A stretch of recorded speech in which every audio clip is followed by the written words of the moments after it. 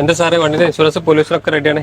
ഈ പൊതുസ്ഥലത്തേക്ക് വാഹനം ഇറക്കേണ്ടത് റിവേഴ്സിലാണോ ഫോർവേഡ് ഡയറക്ഷനിലാണോ?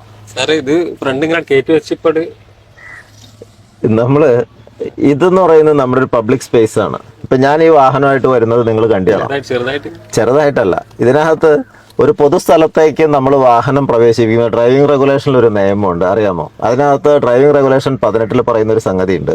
ഒരു സ്വകാര്യ സ്ഥലത്ത് നിന്ന് ഒരു പൊതുസ്ഥലത്തേക്ക് പ്രവേശിക്കുന്നത് റിവേഴ്സ് ഡയറക്ഷനിലായിക്കൂടാ.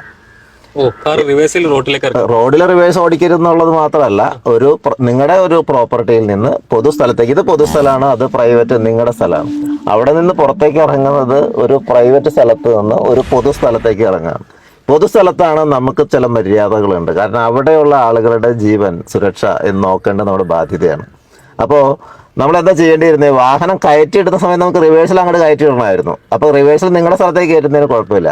പക്ഷെ അപ്പൊ നിങ്ങൾക്ക് എടുക്കുമ്പോൾ ഫ്രണ്ട് എടുക്കാമായിരുന്നു. മാത്രമല്ല, നിങ്ങൾ റോഡിലേക്ക് കയറുന്ന സമയത്ത് നിങ്ങൾക്ക് ഈ റോഡിൽ കൂടെ വാഹനങ്ങൾ വളരെ കൃത്യമായിട്ട് കണ്ട് നോക്കിയെടുക്കാം.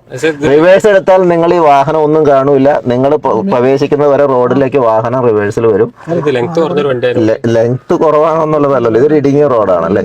ഒരു വാഹനം എടുക്കാനുള്ള ഒരു നിയമം പറയുന്നത് എന്താണെന്നുള്ളതാണ്. നിയമം എന്തിനാണ്? നമ്മുടെയും നിങ്ങളുടെയും സുരക്ഷയ്ക്ക് വേണ്ടിയിട്ടാണ്. ഈ വാഹനം എടുക്കേണ്ടത്, പൊതുസ്ഥലത്തേക്ക് വാഹനം എടുക്കേണ്ടത് ഇങ്ങനെയല്ല. അതാണ് നമ്മൾ അറിയേണ്ടത്. പൊതുസ്ഥലം എന്ന് പറഞ്ഞാൽ അവിടുത്തെ സുരക്ഷ എന്നുള്ള ഒരു ഡ്രൈവറുടെ ഉത്തരവാദിത്തമാണ്. പറഞ്ഞു തരുന്നത് ഒരിക്കലും റോഡിലേക്ക് റിവേഴ്സ് എടുക്കരുത് തന്നെയാണ്. റോഡിലേക്ക് റിവേഴ്സ് എടുക്കരുത് ഡ്രൈവിംഗ് റെഗുലേഷൻ 18 പറയുന്നു. പൊതുസ്ഥലത്തേക്ക് വാഹനങ്ങൾ റിവേഴ്സിലല്ല എടുക്കേണ്ടത്. നിങ്ങൾ കയറ്റിയിടുന്ന സമയത്ത് റിവേഴ്സിൽ കയറ്റിയിടാമായിരുന്നു. അപ്പൊ എടുക്കുമ്പോൾ അതാണ് ശീലങ്ങൾ ഉണ്ടാകേണ്ടത്. ഓക്കെ, തീർച്ചയായിട്ടും ഉണ്ട്. അല്ല, നിങ്ങൾ ആ റോഡിൽ ഒരു വാഹനവും കാണാതെയാണ് വണ്ടി നിങ്ങൾ പുറത്തേക്ക് ഫുള്ളായിട്ട് വരുന്നത്. ഡ്രൈവർ വരുന്നത് വരെ വാഹനത്തിന്റെ വാല് പുറകിലേക്ക് വരുമല്ലോ. തീർച്ചയായിട്ടും അതുവരെയുള്ള വാഹനങ്ങൾ നിങ്ങൾ കാണുന്നത് തന്നെയില്ല. പലപ്പോഴും അപകടങ്ങൾ ഉണ്ടാകുന്ന അവിടെയാണ്. ഫൈൻ